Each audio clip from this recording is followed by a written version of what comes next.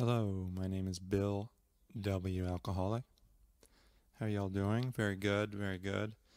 I thought I would start at the beginning. Good place, usually.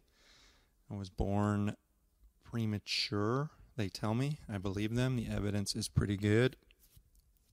My lungs were in need of help. They put tubes in 1972, Pasadena Huntington Hospital, and I stayed there a couple weeks, I think, and it all makes sense. I checked it out. The evidence looks good.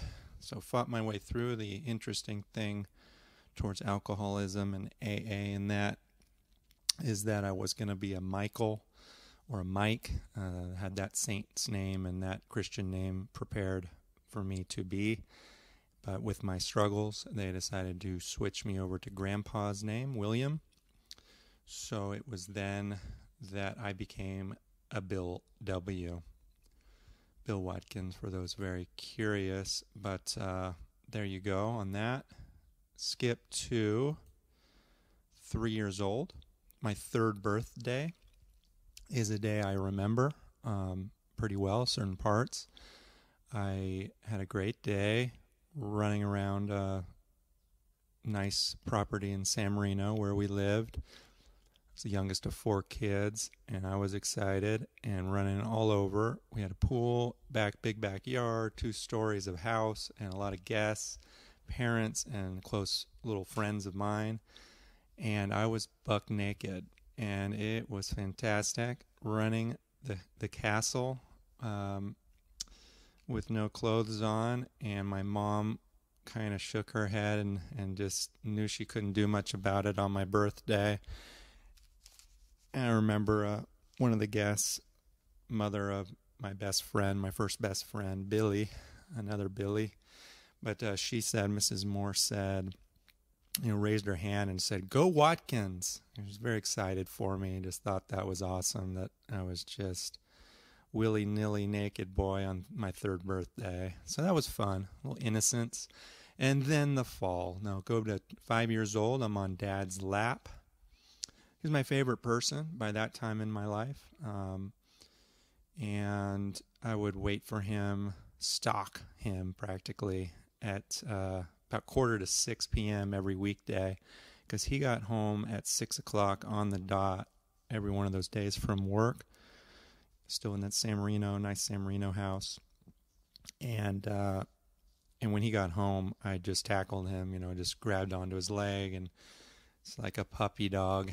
Just went wherever he went, and we hung out from 6 p.m. to 9 p.m., my bedtime, in our little den. And so we flipped on the television. He sat down, but first prepared a bourbon and water or 2.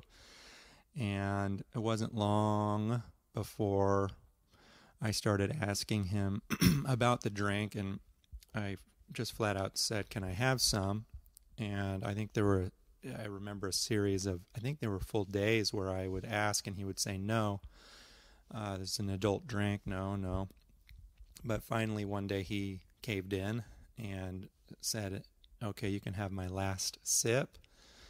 And it was then, I believe and think, the devil came into my life. I call it the devil. A lot of people are uncomfortable with that word. It's a little too religious or a little too scary for them. That's what it is for me. It's my story.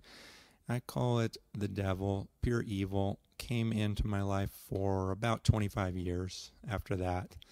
Roaming and just kind of controlling certain things. Not all bad during that time, but a lot of confusing and sort of deceitful and underhanded negative and evil stuff and not good living sort of popped in to my life at that time. So I was a crony of my father. We had a little club in the den. Just I think that the rush and the high for me at that time was more than a physical, anything that happened with the last sip of bourbon and water. But it was doing something taboo, forbidden, something against the rules.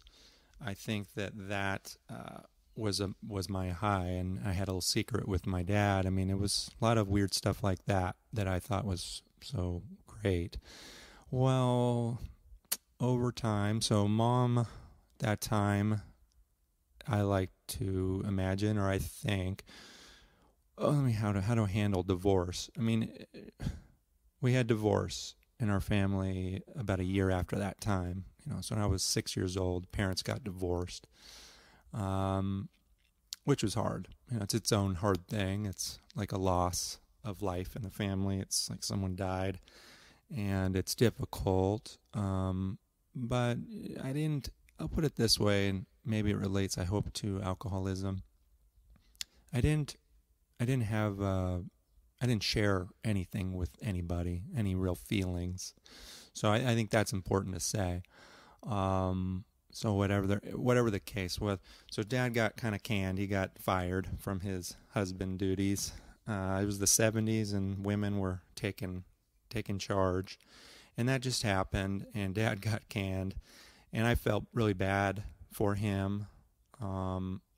And we would see him on weekends at that point. And I had a ebb and flow of a week where I would just get excited for Friday to see Dad.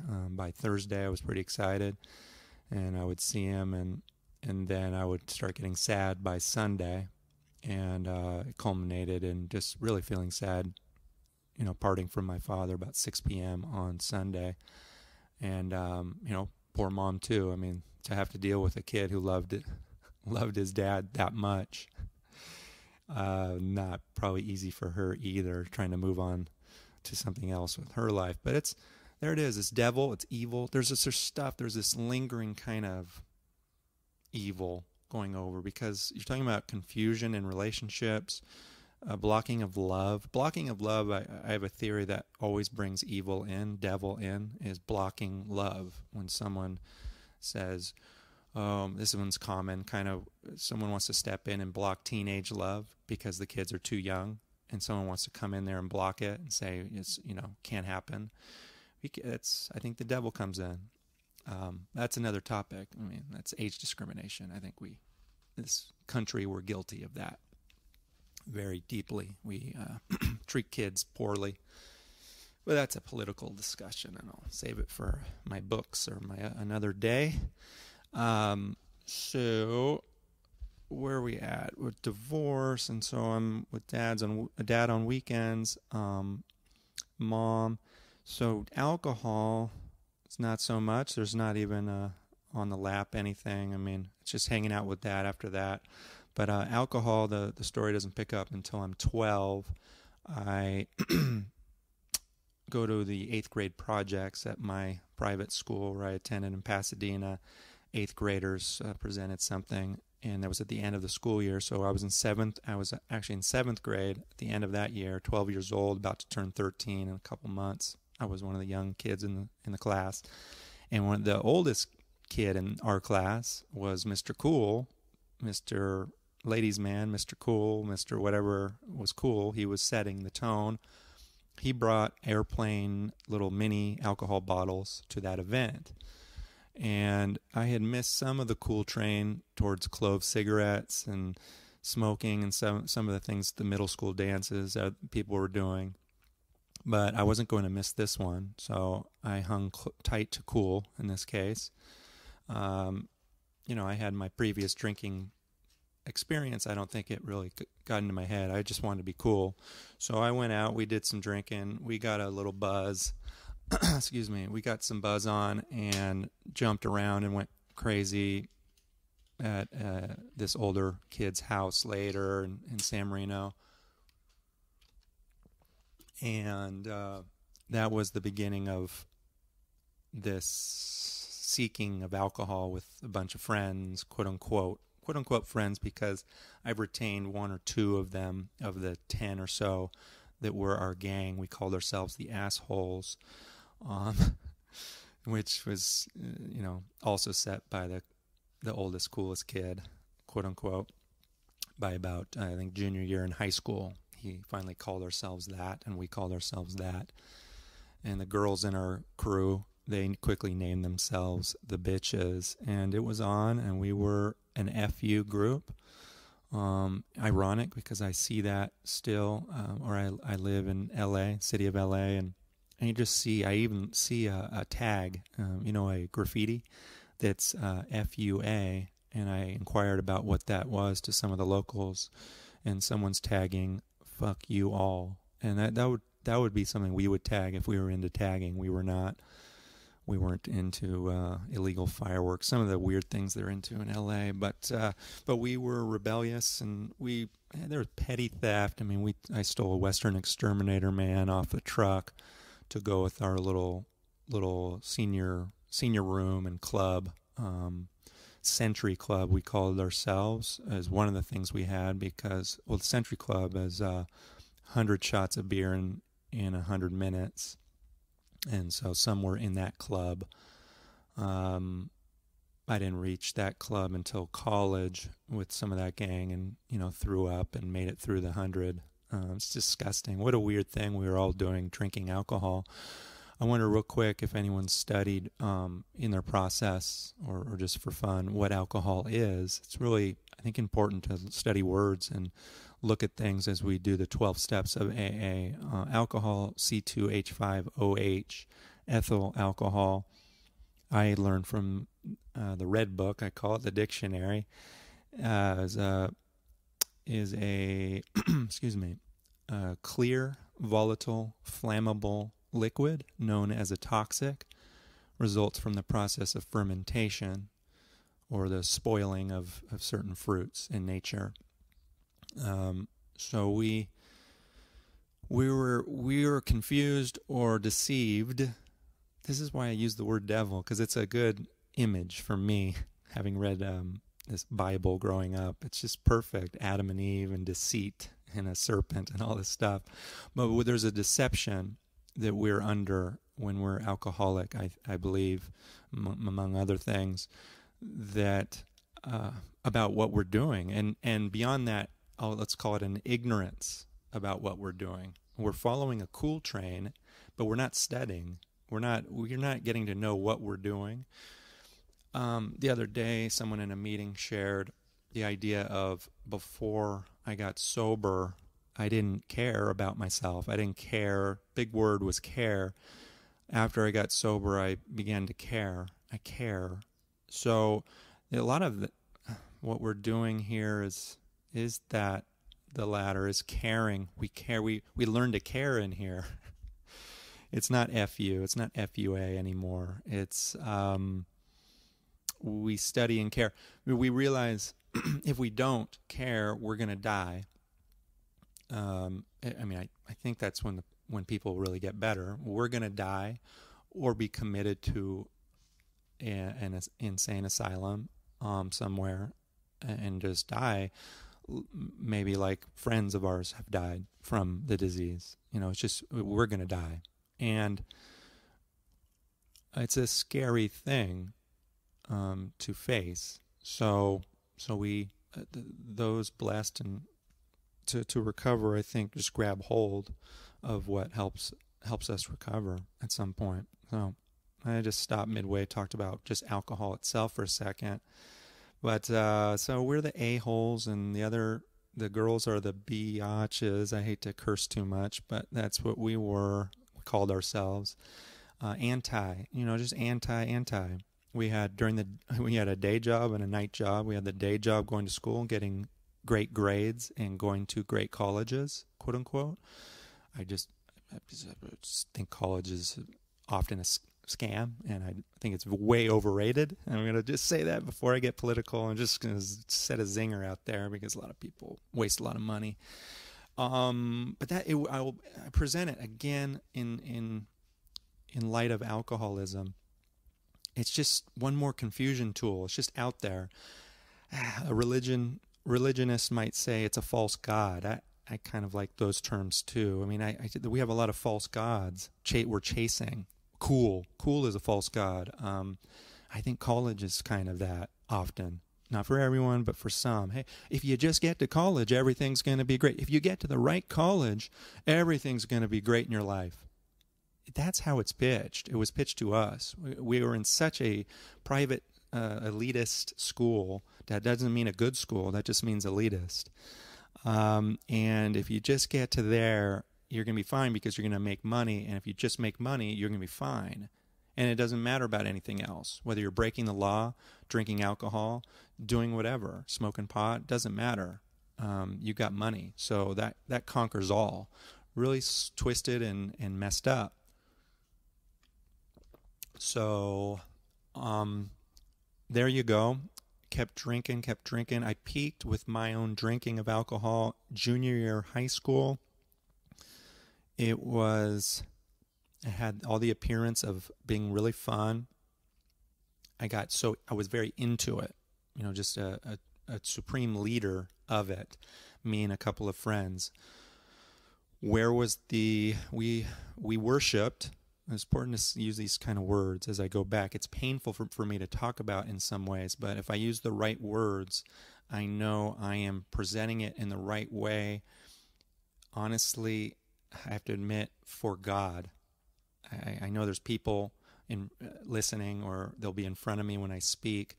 I am putting this all in the right way for my higher power, because that's who I have to deal with my sins and the things I did wrong. And I've done some good old-fashioned Catholic penance for overdosing and going to drugs and alcohol instead of God. So I'm really careful. So anyways, we worshipped Coors Light party balls, these little mini kegs, and somebody, we had the connections, the contact at the liquor store who would drive out these big balls of alcohol. And we would be skateboarding and waiting for it at Mr. Cool's house sometimes. And a nice, funny guy, by the way. I don't want to ridicule anyone. I didn't bring up his name even, but I love this guy. He's a very charismatic and amazing guy. And so there's no blame. It's just for the purpose of telling the story. We'll just keep the cool thread going, because we all look to him for cool. And he was a lady killer, and he inspired us in many ways, not necessarily to good things, but I think he's married, kids, and probably maybe a normie by now. Who knows? One of those people. Anyways, I have only good thoughts for the people in my past. I wish I see them more often. I do miss a lot of the charisma of the group I was with. But so we'd wait for the party ball to arrive, and then it's on. It's just this room knows you're just going, you're just partying, and you're thinking you're part of something great. And for someone like me, getting deeper into me as a part of that group. So, and it gets deeper when I get to Betty Ford Center at the family program there. By 1995, I was 22 years old, out of college at that time. This flares up, and I began to finally deal with it. But I had no skills at intimacy, at letting a girl know how I felt. Period. I mean, that's a great skill in life to have. It's just fundamental. And if you remember back, I'm drinking alcohol in Dad's lap at 5. That's the opposite of talking about feelings and getting into things, is turning on a TV, not blaming that only, but whatever, turning on the tube, fixing alcoholic drinks. We already talked about what alcohol is, how insane it is. It's just an insane thing to imbibe, to ingest into the human body. If you forget religion for a second, scientifically, it's just a poor substance. It's a flammable liquid. You're setting fires in your body. It's a suicidal act.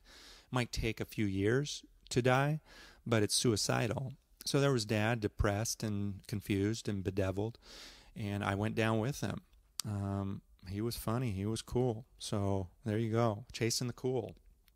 I wrote a poem about this a couple years ago, called Cool is Dead, and I need to get it out to more junior highs. I kind of wrote it for thinking about South Pasadena Middle School, because I saw them at High Life Burgers a few times, and one such time just made me think of chasing cool, and how dumb it was, and how poorly I ended up chasing cool. Should have been chasing nice, just being a nice person. It's a good poem. Check my website for my poetry if I give you a card. That's one of the things I enjoy doing, and I'll get to it maybe. It's part of my spiritual awakening, was asking God for poetry to come into my life. Then I asked for a sense of humor. But anyway, so the Coors Light Party Balls was the peak of my drinking. I was excited in the middle of that pursuit of alcohol, of a false god, and deepest in my sin. If I look back at my Catholic upbringing and my Christian, my Bible reading, it's just, I couldn't be doing worse away from God. I wasn't farther away from God as when I was most excited about alcohol, junior year high school. I burned out by senior year. I was a human volleyball. I mean, I was a sports guy all throughout. Though I've inventoried what I would be doing if I didn't drink alcohol on Dad's lap at 5, and I would have been Fred Astaire. I think I would have been a triple threat entertainment guy. Between mom in the kitchen at that time, again when I was 5, and Dad and me in the den, doing our thing, and she was getting ready to fire my dad, talking to friends or something. But between those two people was a beautiful piano, stand-up piano, in a living room that I never touched. I didn't touch it. Now piano is a big part of my life. It's a big part of my recovery, my alcoholic recovery and my drug addiction recovery is playing the piano. It's great physically and spiritually for me and emotionally. And I started, real late. But anyways, with the alcoholic drink, the things I did in life from 5 on was play sports and drink alcohol. So those are the two things, unfortunately, the things I got into. But I'm making a comeback on the creative stuff. My sport, I inventoried what would have my sport or diversion or exercise have been outside of being Fred Astaire. It would have been, and I'm trying to go to this activity. It would have been camping, hiking, nature sort of stuff. It's just an inventory I do, not for regret and being mopey and, I should have, but just, it kind of helps me decide what to do today. It's just to inventory what should I have been doing when I was 5 through 18. But, so I was a human volleyball by senior year high school. I mean, I had put so much time and my parents' money into training me to be a volleyball player. That's where I was heading. And so I dedicated myself to that. I won't talk about it much because it's just not a real big believer in it anymore. It was a type of performance. I can be proud of some things. There's a dance in it, and there's creativity in what I was doing. And I ended up playing in college level volleyball at UC Santa Barbara, and there's moments to be proud of, and I can't deny it. In my soccer, I mean, I'll be sitting having a meal. Even recently, I turned 44 years old in life, and I was by myself on my birthday at Islands Restaurant. Just things worked out where I was alone, but it was really fun. I was watching surfing on the TV up there. Had a nice waitress. Played along and put a candle in a brownie at the end of the meal and said make a wish. It was real nice. But I had, I get alone sometimes, or I'm driving a car, I'll reflect on some of my sports achievements, and I will cry a tear because I put a ton of effort into that. So I'm proud of it to a point. To another point, I'm like, just unfortunate I wasn't doing what God wanted me to do. I was just kind of just doing what was in front of me. That's what we do. We drink because it's in front of you. You do something because it's in front of you. It's before you study and reflect and probably get hurt enough that you have to study and reflect and change. So, I dedicated myself to that. The party bored me, and my friends were all out partying still. I was just bored. I was like, no thanks. I just didn't. I was stone sober at parties in high school and senior year, but still nipping at it. I mean, I think that I would have a beer or something, and it's just nipping. It's just there. Same with in college, just nipping, and then occasionally just binging when a friend would come into town at UCSB, because people would come into town to party there. So you'd see your old friends and just get the party on. And blackouts started at 14, and continued into college with some of those binges. I started blacking out. My first blackout of note, I was walked in on at my friend's house by my sister's friends, 4 years older, very cute girls, and I was 14, and they walked in on me peeing on their couch, on their family couch in the den. I was in a blackout, and I remember I woke up from the stupor to them yelling out, pointing at my, what can I say in this room? Prepubescent features and just small, and it was embarrassing. The ultimate embarrassment for a 14-year-old happened. I'm totally over that. I'm a stand-up comic. These things are all just fun and funny now, in a lot of ways. I mean, I'm so fine with all of this stuff. I used to be so scared of being laughed at, of the idea of doing stand-up comedy or being on stage with a microphone was the ultimate fear. I mean, I was afraid someone would take my pants down, and I don't know, it's just like pure, just, it's telling, because I had a fear of being human, being known to be human to other people. I wanted to be superhuman, superstar. I wanted to be the best athlete. I wanted to be someone worshipped. Someone from afar just said, wow, that guy's amazing.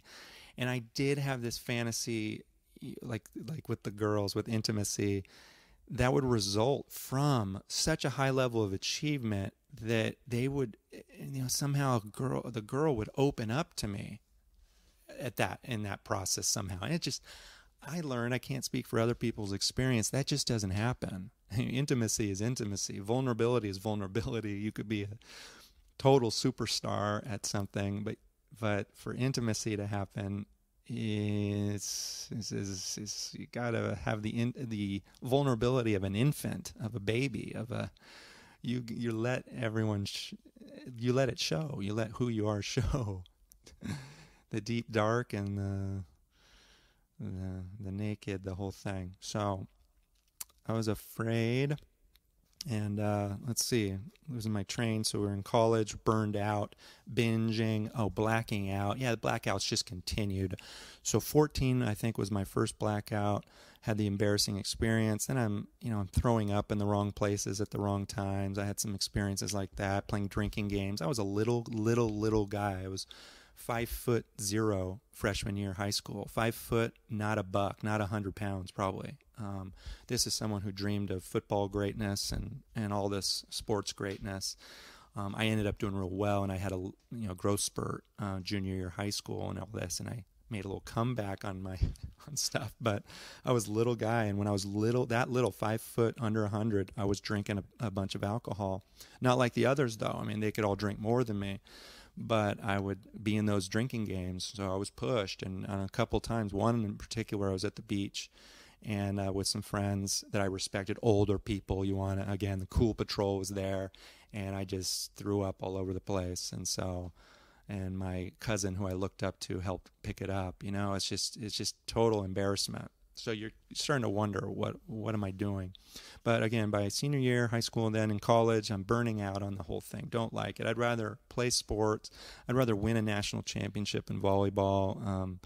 And through that, somehow a girl would just open up, one of the girls I liked, and just said, wow, you're so great. I'm going to bare my soul for you. Didn't happen for me. Maybe someone can tell a story where, yes, I got the trophy, and there she was, and it was really easy to have a relationship at that point. You gotta open up, share your feelings at some point. So it happened finally. I'm gonna get to Betty Ford Center. I shouldn't bring up it doesn't really matter what recovery center it was. We're in AA, so we just trying to do the 12 steps and what we do, but a big recovery center dedicated to family program. I went down for family program support of a loved one who was in recovery, and went down to support her begrudgingly. I was called away from New York, where I was interviewing in investment bank firms and all this stuff. I studied Latin American and Iberian studies in college, and I was trying to get into emerging market investments and all this stuff. Then mom calls where I was in New York, staying with a friend. You gotta go help your sister out. Help. I don't want to keep everyone's anonymity, but I'll at least keep names out. I do my best with it. Just help. Come on, you got to come back and help. And I said, oh, bro, I was begrudgingly, oh, man, okay. So I flew back to, quote, help. And then, so I managed to get myself to Betty Ford Center, to this recovery center. On the first day, I was late, an hour and a half late for a 5-day program, 8 a.m. to 3 p.m. for us. They almost didn't take me. That was my first sign of something serious happening. They talk about care. Someone cared, and they were really serious about a process, about a program, and it kind of shocked me. And I said the attendant had to go back to talk to her boss to see if it was okay if I came in. I couldn't believe it. I was like, moi? You are thinking of not seeing me? So they finally said, yeah, you can go in. Just, have a seat. It's there. Everyone's in this room, blah, blah.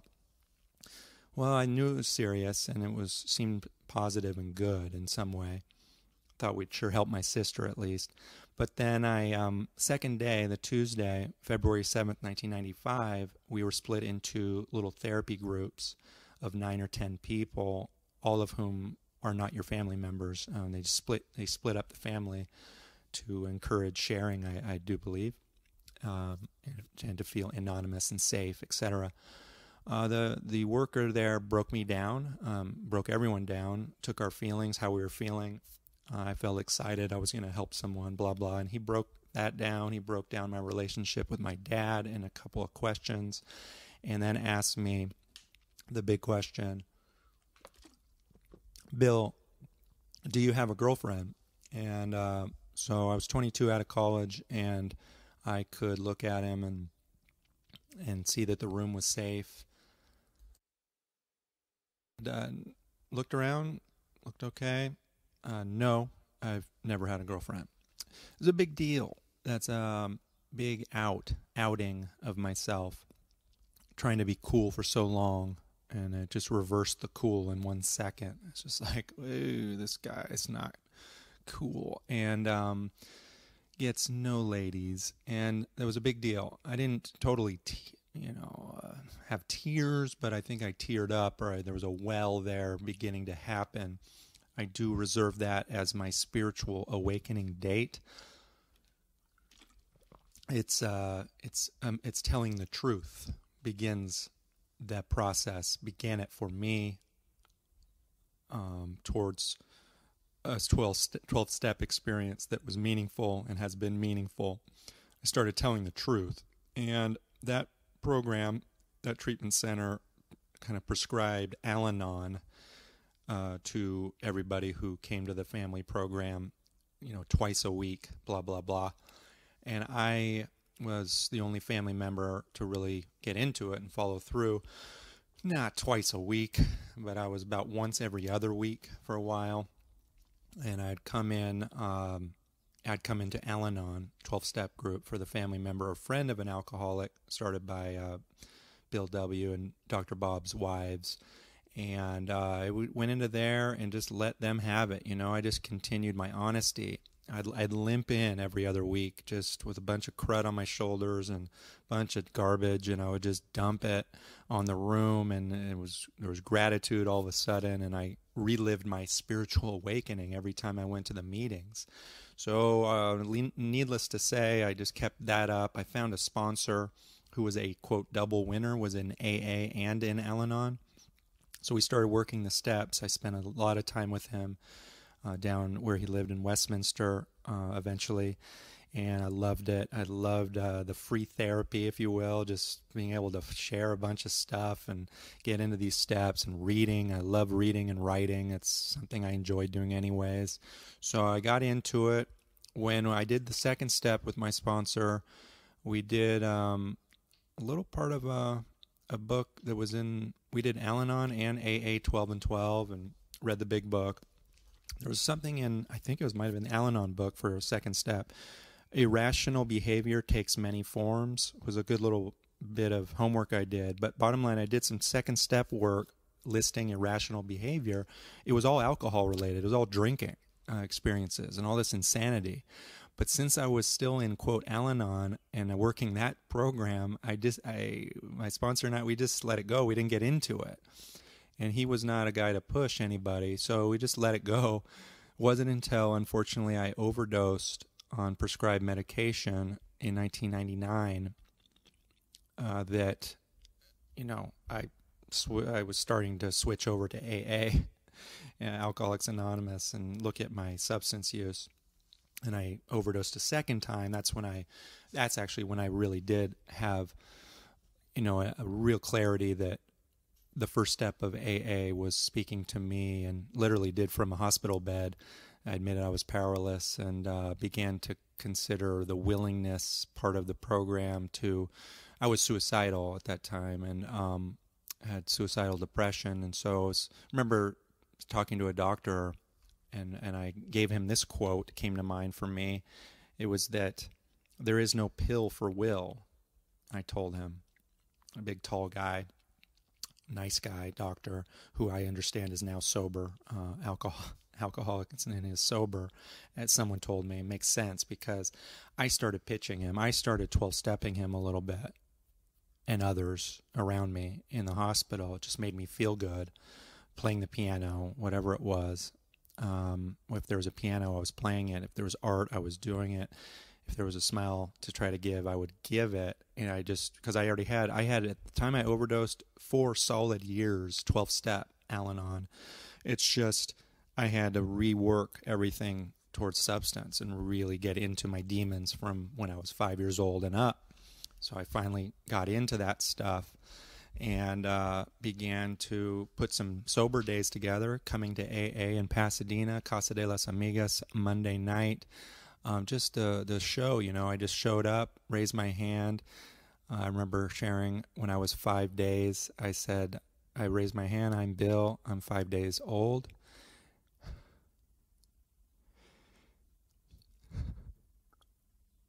And that's the way it felt, that's the way it feels. You're just starting over, a newborn baby again.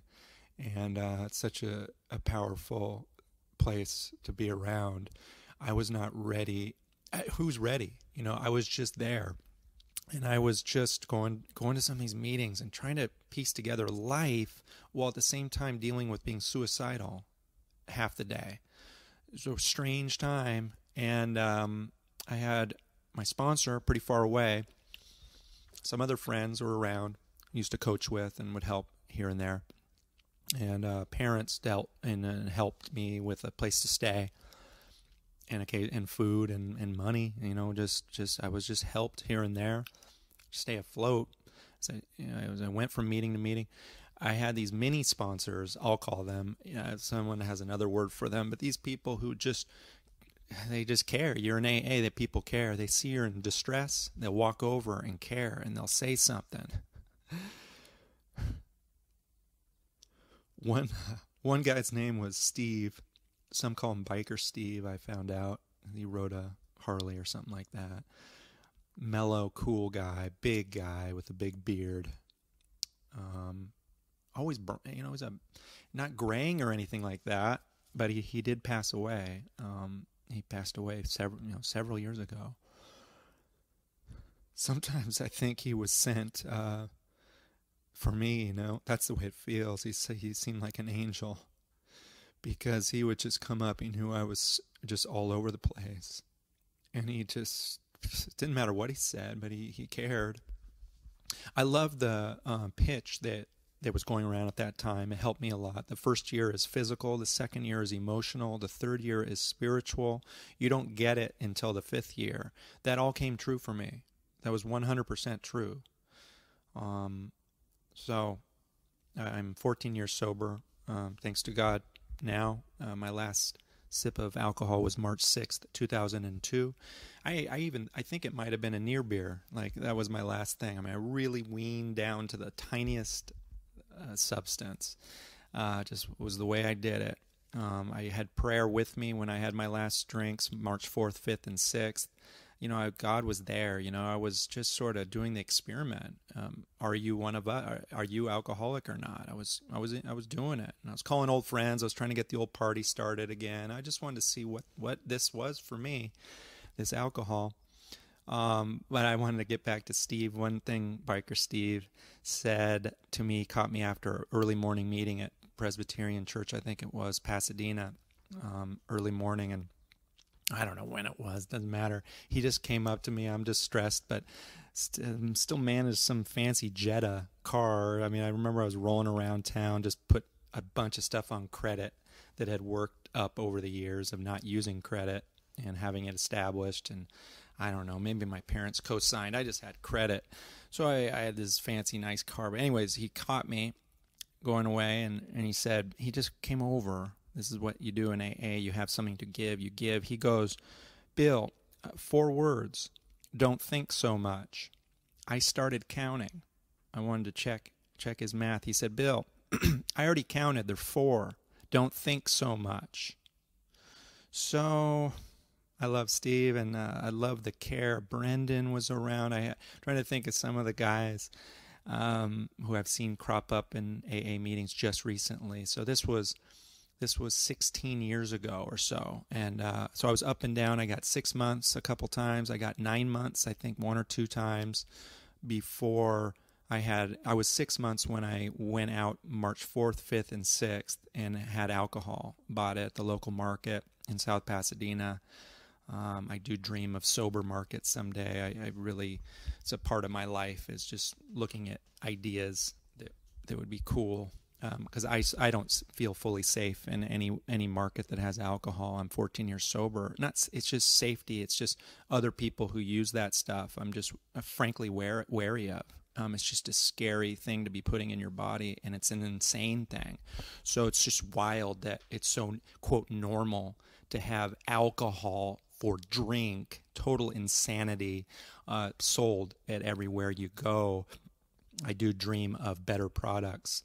Talk to me after the meeting if you have any dream like that. We'll talk, because it's not really a AA specific concept, but no, I have good ideas, business ideas, I think, around that. But anyways, I had that last drink, and then I went up and down a little bit.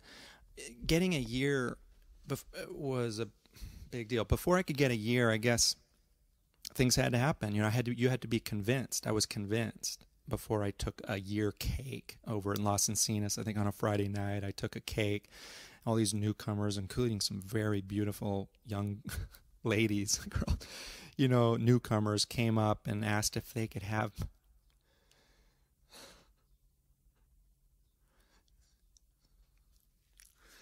a candle from the dang cake for hope. I never heard of a concept like that, but I said, you can have my candle, yes, please. Whatever gives you hope. Go ahead and take the candle. That's going to be all right.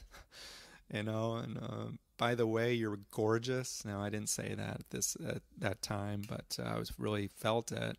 Oh my gosh. It's a beautiful thing being sober. And when people start to get sober and start to care, it's incredible.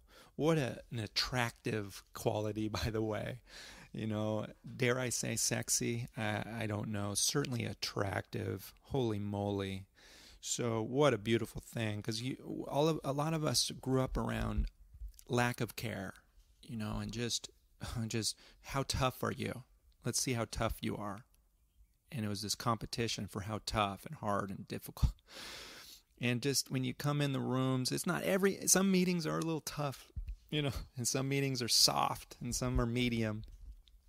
Some are, curse words are flying, and it's like, dang, this reminds me of the drinking world a little bit. God bless them. And then all I can do is just kind of either avoid the meeting or just, share humbly about step 2.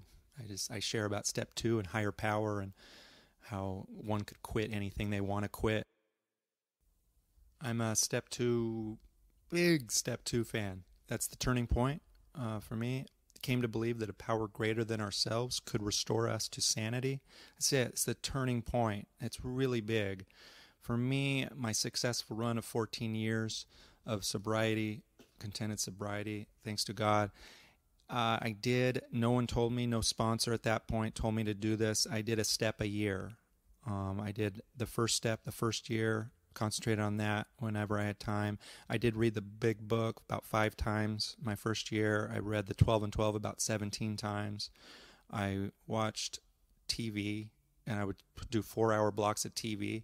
That was an activity I would call just not drinking. I'm just not drinking, not destroying myself.